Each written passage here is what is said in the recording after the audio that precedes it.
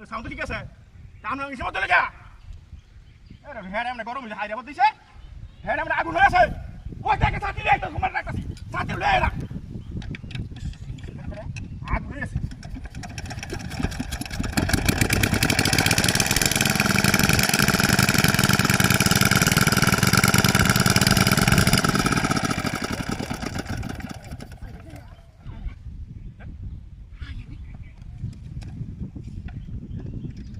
সাউন্ডও ঠিক থাকে সব ঠিক থাকে আগুন হয়েছে কেমন হবে মেশিনটা হ্যাঁ